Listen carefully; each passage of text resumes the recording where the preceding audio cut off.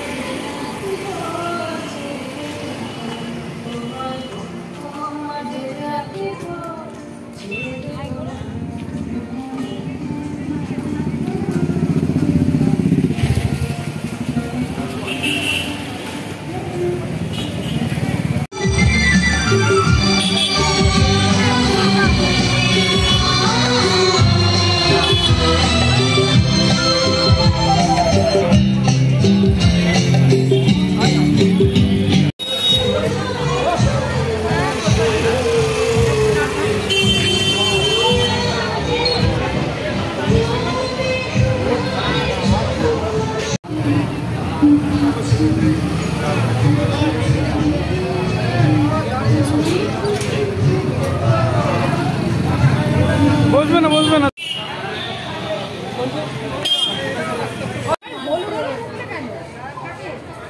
দাদা দাদা তুমি কোথায় আছো? এর আগে যেটা নিয়েছিলে আর একবার নিয়ে আসো। মায়েরও তো গয়না রয়েছে, তাই না?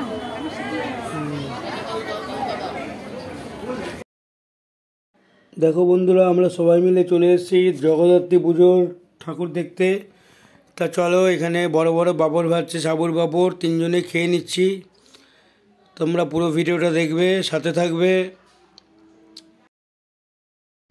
চলো, পাঁপড় খাওয়া হয়ে গেছে, এবার যাচ্ছি আর একটা ঠাকুরের দিকে।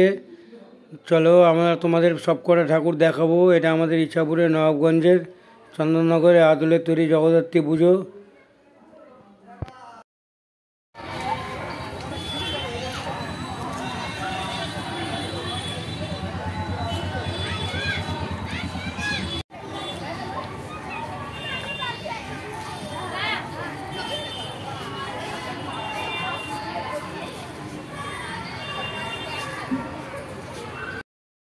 দেখো বন্ধুরা, আমরা আর একটা মণ্ডপে চলে এসেছি। মাকে দেখো, সবাই প্রণাম করো, বলো মা সকলকে ভালো রাখো, সুস্থ রাখো, জয় জগদ্ধাত্রী মায়ের জয়। তোমরা সব কটা ঠাকুরই তোমরা দেখবে, যতগুলো ঠাকুর আছে পুরোটাই তোমাদেরকে দেখাবো। কেমন লাগলো ভিডিওটা অবশ্যই কিন্তু কমেন্ট করে যাবে।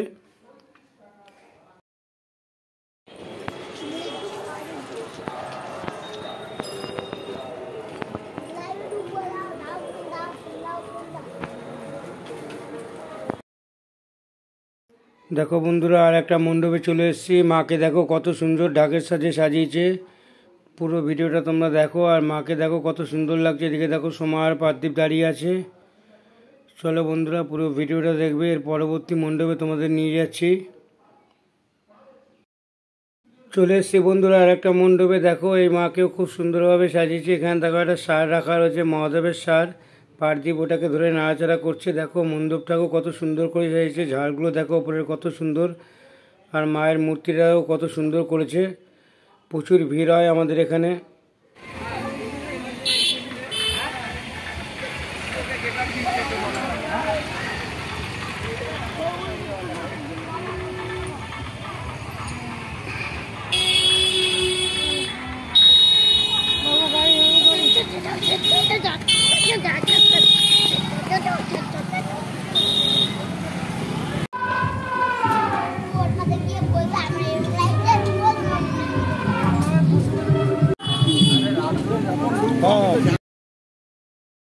চলো বন্ধুরা, এটাই শেষ মণ্ডপ।